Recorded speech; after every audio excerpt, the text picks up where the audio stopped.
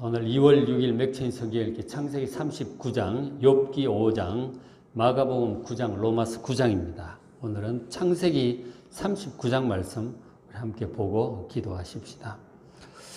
요셉은 장차 애굽의 총리가 되어서 애굽 제국을 다스릴 뛰어난 인재였어요. 그리고 또 무엇보다 하나님께서 아브라함에게 하셨던 자손 번성의 약속이 있죠. 그 약속을 이루시는데 쓰임받을 아주 사역자였던 것이죠. 그래서 하나님께서 요셉에게 그 모든 큰 일들을 감당할 수 있도록 필요한 재능을 많이 주셨어. 그리고 모든 장면에서 참 많이 도와주셨어. 형통한 자가 되었다고 하는 것이 하나님께서 함께 하시고 도우심으로 손대는 일마다 다 잘 되는 거예요. 하나님의 도우심이었다고 성경은 그렇게 기록을 하고 있죠. 그래서 사명이 컸고 해야 할 일이 컸고 그래서 많은 은사와 재능을 받았기 때문에 그만큼 고난과 연단도 많았어요. 보통 사람보다 훨씬 더 큰 고난과 연단을 받았던 것이죠. 하나님은 공평하신 겁니다. 자, 창세기 39장 1절 보니까 요셉이 이끌려, 그러니까 형들의 미움을 사가지고 팔렸잖아요. 처음에 죽이려고 했다가, 야, 어떻게 동생을 죽이냐, 팔자. 이래가지고 이제 팔았는데, 노예 상인들에게 팔았는데, 그 사람들이 끌려서 이제 애굽으로, 이집트로 온 거죠. 자, 거기 이제 가니까, 이제 노예를 끌고 왔으니까 노예를 팔 거 아니에요. 노예 시장에 가서. 거기서 이제 요셉이 우리가 뒤에도 보면 나오지만은 굉장히 잘생겼어요. 그리고 아주 건장하고, 그걸 딱 보면 총기가 있어 보이는 거죠. 똑똑한 거예요. 그래서 이제 아주 괜찮은 인물이었던 거죠. 그래서 이제 누가 사갔느냐면 바로의 신하, 바로가 애굽 제국의 그 왕이잖아요. 그 신하인 친위대장 애굽 사람 보디발이 요셉을 종으로 사갑니다. 친위대장은 그러니까 이 왕을 경호하는 사람이에요. 지금으로 치면은 대통령 경호실장이라고 할 수 있죠. 그러니까 이 바로가 가장 신임하는 사람 중에 한 사람이 바로 이 보디발이고, 그래서 상당한 힘과 권력을 가지고 있는 사람인 것이죠. 그 사람이 그 노예 중에 가장 괜찮아 보이는 이 요셉을 사간 것입니다. 노예죠, 그죠? 노예로 이제 사간 것입니다. 자, 그런데 이제 보니까 참 잘생겼고, 그리고 똑똑해 보이고 아주 괜찮아 보였죠. 그래서 데려와가지고 일을 시켜보니까 진짜 똑똑한 거예요. 똑똑하고 생긴 것처럼 잘생기고 똑똑하고 그리고 굉장히 성실했어요. 그리고 무엇보다 보니까 이제 여호와 하나님을 섬기는 확실한 신앙을 요셉이 가지고 있었잖아요. 그래서 자기 신앙을 가지고 있는 사람 표시가 나는 거죠. 뭐 지금도 우리가 보면 기도할 때 식사 기도를 한다든가 성경을 읽는다든가 기도를 한다든가 얘기를 해도 예수님 얘기를 하고 표시가 나잖아요. 당연히 요셉도 표시가 나는 거죠. 난 여호와 하나님을 섬기는 사람입니다. 그러면서 기도도 하고 그렇게 했겠죠. 근데 뭐 애굽 사람들은 모르죠. 여호와 하나님을 잘 몰라요. 모르죠. 거기에 뭐 애굽에도 많은 신들이 있잖아요. 뭐 호루스, 이시스, 뭐 별 신들이 다 있어요. 뭐 태양신 라도 있고 많은 이제 신들을 섬기는데 여호와 신은 잘 모르죠. 근데 어쨌든 이 팔려온 노예가 가나안 쪽에서 팔려왔는데 여호와 하나님을 섬긴다는 거죠. 어쨌든 요셉이 섬기는 신은 여호와인데 보니까 진짜 그 신이 돕는지 이 요셉이 손대는 일마다 그렇게 잘 되는 거예요. 참 지혜가 있을 뿐더러 어쨌든 참 복이 있다. 보디발이 쳐다봐도 표시가 딱 나는 거예요. 3절에 그의 주인이 보디발의 여호와 신이 그와 함께 하심을 보고 또 여호와께서 그의 범사에 손대는 일마다 이 요셉이 하는 일이 잘 되는 것을 보았어요. 눈여겨봤겠죠. 참 똑똑하고 성실하고 아주 믿음직한 그런 청년이었습니다. 그래서 굉장히 이제 마음에 들어 했어가지고 이 주인이 그 가정 집안일 전체를 이제 가정 총무로 삼았습니다. 집안일 전체를 총괄하는 것이죠. 뭐 창고라든지 그 밑에 모든 노예들을 관리하는 일이라든지 뭐 돈 출납하는 일이라든지 이 기타 등등 모든 일들을 요셉이 총괄하게 했어요. 그러니까 이제 권력자의 집이니까 노예도 상당히 많을 거고 재산도 많을 거고 뭐 하여간 상당히 이제 큰 집안인 거죠. 그런데 성실하고 똑똑한 그리고 손대는 일마다 복이 있는 이 요셉에게 일을 맡기게 되었던 것이죠. 그러니까 참 보면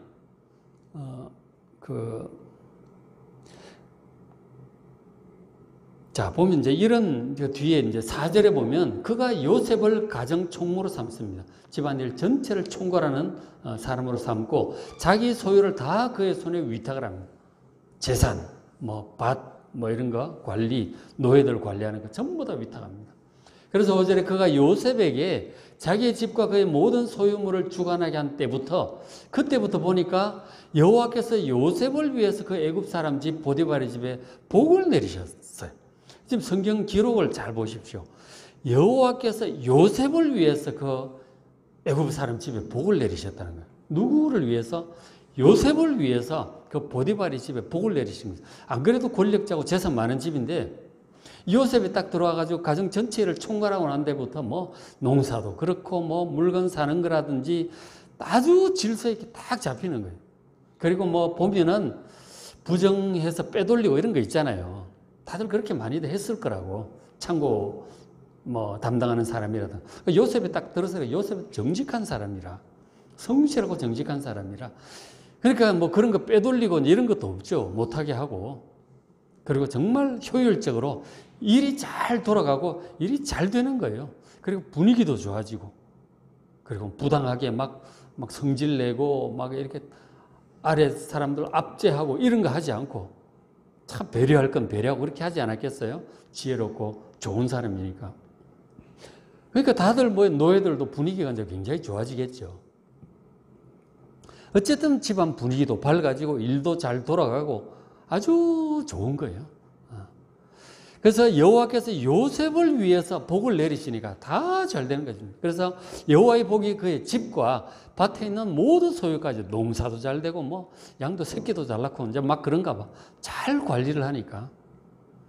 저 장면이 그의 아버지 야곱도 비슷했던 것을 여러분 기억하실 겁니다. 야곱도 이제 형 에서를 피해서 외삼촌 라반의 집으로 도망을 갔잖아요. 그곳에 있는데 그곳에서 양도 치고 소도 치고 이제 하는데 야곱이 오면서부터 일이 잘 되는 거예요. 눈에 띄게 잘 되는 거예요. 새끼도 잘 낳고 건강하고 점점 막 재산도 많아지고 부유해지는 것입니다. 성실하고 지혜롭고 똑똑하고 게다가 하나님 주시는 복이 있는 사람들이었단 말이에요. 그러니까 이 하나님께 복을 받은 사람, 복의 통로가 된 사람 다르다니까요.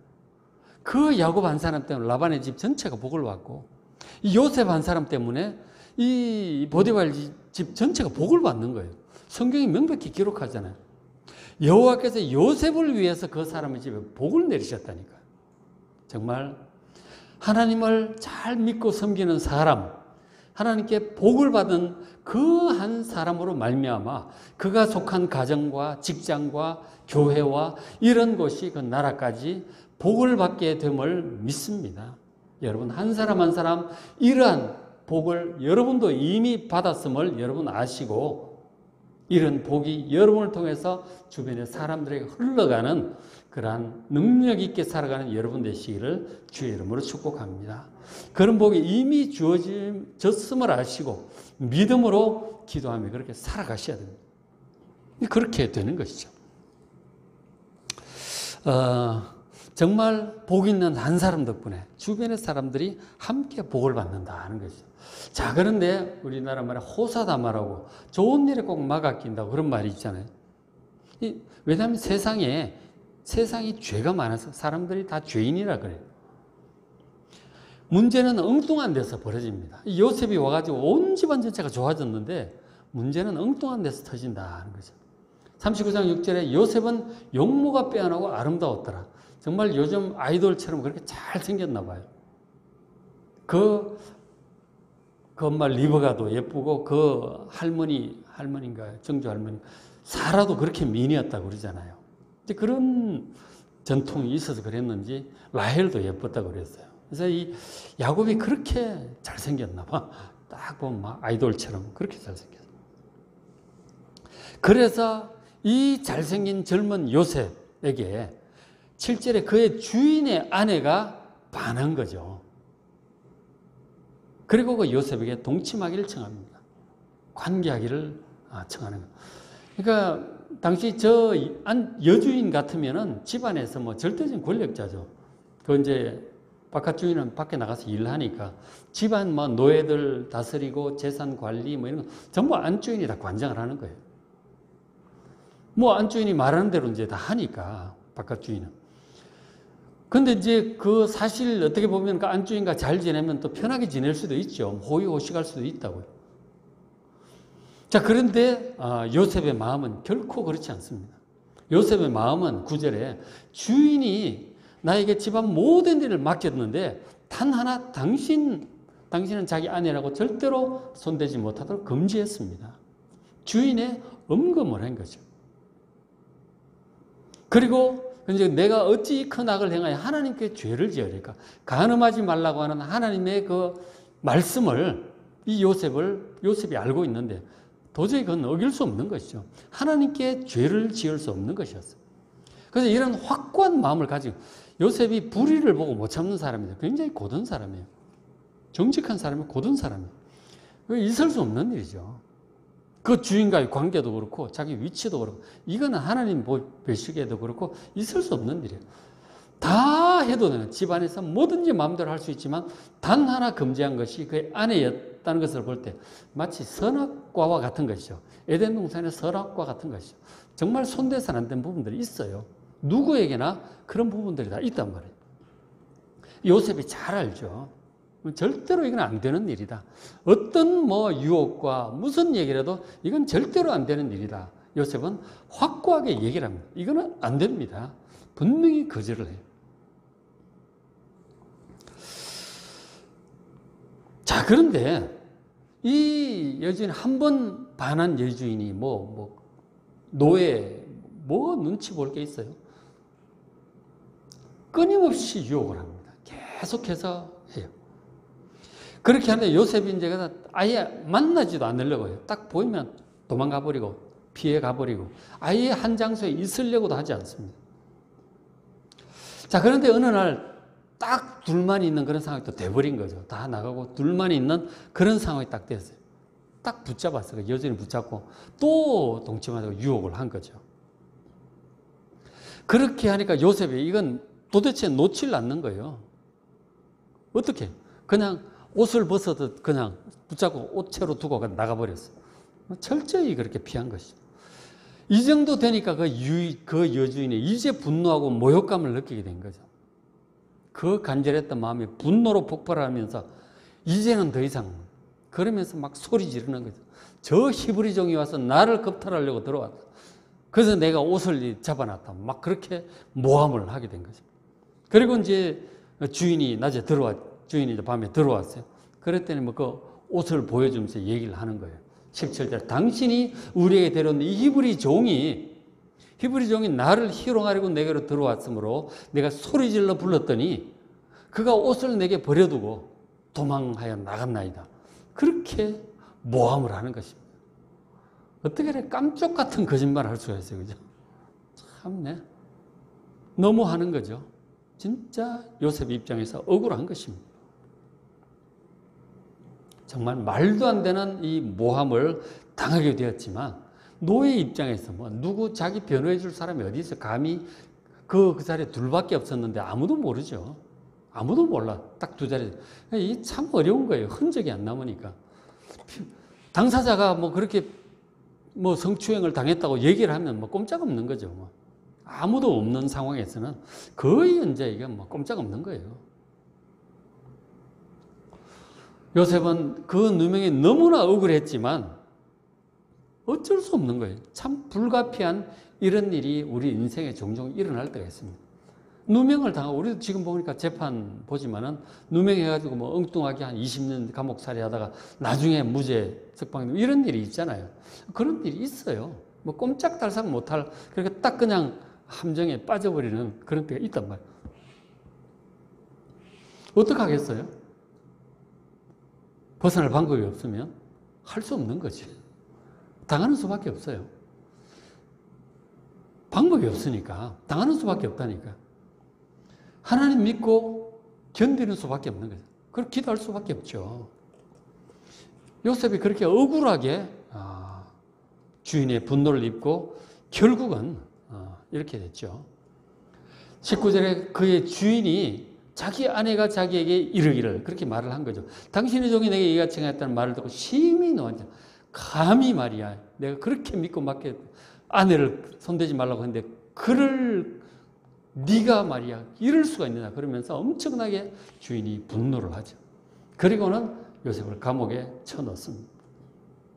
20절 이 요셉의 주인이 그를 잡아 옥에 가두니 그 옥은 왕의 죄수를 가두는 곳이었더라. 뭐 그 감옥까지도 어떻게 보면 아마 책임자였을 거예요. 이제 친위 대장이 자기 이제 관할에 있는 감옥에 집어넣어 버린 거죠. 뭐 상상을 해보면 여러 가지 상상도 할 수 있겠지만 이제 어쨌든 일이 그렇게 진행이 된 거죠.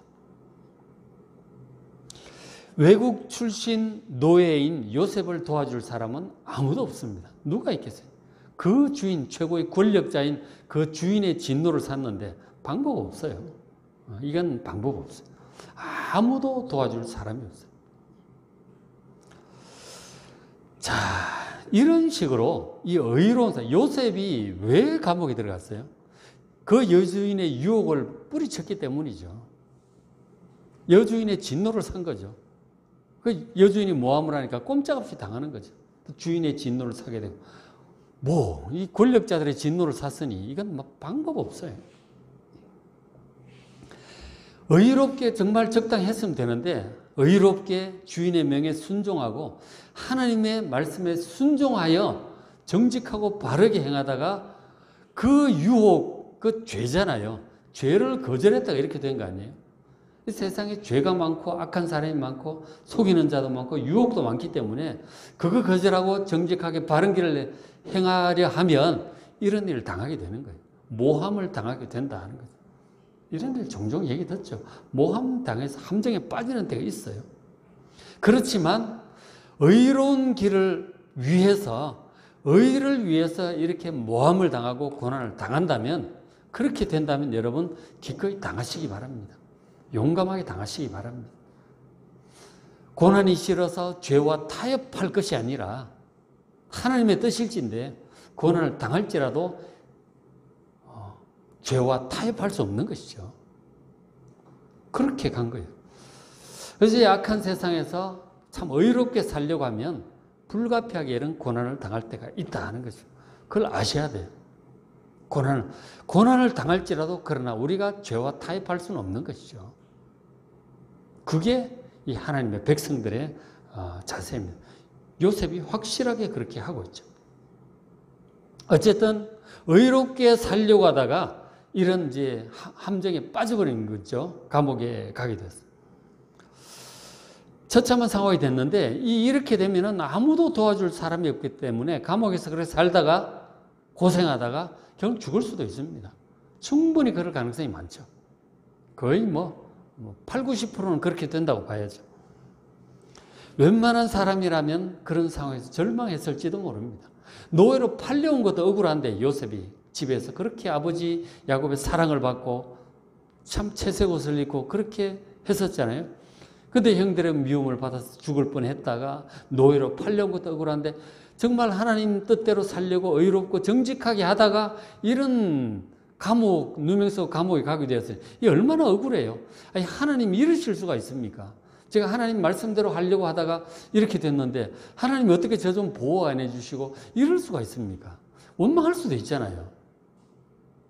요셉이 그렇게 원망한 것 같지는 않아요, 보니까. 그죠? 그런 것 같지는 않습니다. 분위기를 이렇게 보면. 어쨌든 하나님께서 허락하신 일이라는 그런 것을 받아들이는 거죠. 그리고 요셉 마음속에 뭐가 있는 줄 아십니까? 청소년 때 하나님께서 보여주신 그 꿈이 있어요. 반드시 요셉의 부모와 그리고 요셉의 그 형들이 전부 자기한테 와서 절을 하게 될 것이다. 그 꿈을 2번이나 보여주셨거든요. 확신이 있는 거예요.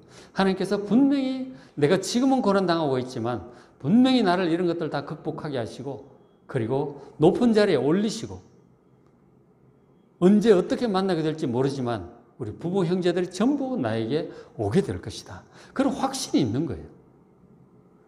그런 확신이 속에 있고 그런가 하면 또 한편으로는 이 고난스러운 상황이 올 때마다 힘이 들겠죠. 감옥 생활이 쉽겠습니까? 노예 생활도 뭐 쉽겠어요? 그렇지만 하나님 믿고 기도하면서 또 인내해 나가는 것이죠. 하나님께서 분명히 어떻게 하실 것이다. 소망을 가지고 해 나가는 것이죠.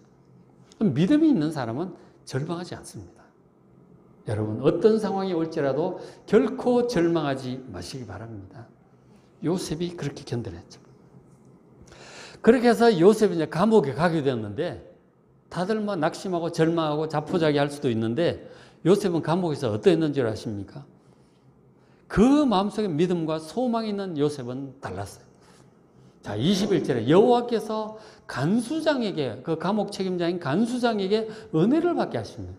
호감을 얻게 하셨어요. 벌써 이제 딱 잘생기기도 했고 똑똑하고 성실하고 인품이 있잖아요. 믿음이 좋고. 그러니까 호감을 얻는 거죠. 사람들에게. 책임자에게 호감을 얻게 되고 딱 보니까 이제 얘기를 해보니까 굉장히 똑똑한 거예요. 사람이 좋은 거예요. 그래서 22절에 간수장이 옥중 죄수를 다 요셉의 손에 맡깁니다. 그 옥중 죄수들 관리를 맡기는 거예요. 그래서 그 재반 사무를 요셉이 처리합니다. 들어오고 나가고 행정적으로 처리할 게 많잖아요. 사람들이 모여있는 곳에는. 잘하는 것입니다. 똑똑하고 일 잘해요. 인품이 훌륭하고 그 죄수들하고도 잘 일이 관리도 잘하고 감옥에 일이 잘 돌아가는 거예요. 그게 요셉이에요. 가는 데마다 그래요. 환경은 안 좋을 수 있지만 어떤 환경이든지 그 요셉이 가는 곳에는 일이 그렇게 다 분위기 좋고 일 잘 돌아가는 거예요. 그것에 대해서 23절에 성경 그렇게 말씀하죠. 이는 여호와께서 요셉과 함께 하심이라. 왜 그렇다고요? 하나님이 함께 하셔서 그렇다고 성경은 명백히 기록을 하고 있습니다. 여호와께서 그를 범사에 형통하게 하셨더라. 모든 일에 형통하게 하신 거예요. 노예 생활에서도 형통하게 하시고 그리고 여기 감옥에서도 형통하게 하시고 가는 데마다 참 요셉이 가면 손을 대면 일이 그렇게 잘 되는 거예요. 자, 결론적으로 다시 한번 말씀드리지만 하나님의 사람이라고 해서 항상 좋은 환경만 주어지는 건 아니에요. 항상 꽃길만 비단길만 가는 게 아니에요. 돌짝밭 뭐 낭떠러지 뭐 가시덤불 이런 것도 만난단 말이에요. 그런데 정말 하나님의 사람, 복이 있는 사람, 어떤 안 좋은 환경 속에서도 사람들의 호감을 받고 그리고 손대는 일마다 일이 잘 되는 것입니다. 그리고 그 사람 때문에 주변의 사람들까지 복을 받아. 바로 그것이 하나님께 복받은 사람의 형통이에요. 복받은 사람의 형통이. 자, 성도 여러분, 우리도 요셉처럼 정말 하나님을 경외합시다. 하나님을 경외하고 어떤 상황에서 하나님을 의지해요. 그런 신앙으로 살아갑시다. 그리고 우리도 요셉처럼 의롭게 성실하게 최선을 다해서 그렇게 요셉을 본만든 그런 형통한 사람이 되어서 우리도 우리 각자에게 준 사명이 있잖아요. 크든지 작든지. 요셉한테 큰 사명을 받았는데 뭐 다 그런 건 아니잖아요. 크든 작든 우리는 우리에게 주어진 사명을 잘 감당하는 그런 삶이 되도록 기도하는 이 시간 되시길 바랍니다. 자, 오늘 맥체인 성경 읽기 창세기 39장, 욥기 5장, 마가복음 9장, 로마서 9장이에요. 말씀 잘 읽으시고 또 기도하는 여러분 되시길 바랍니다.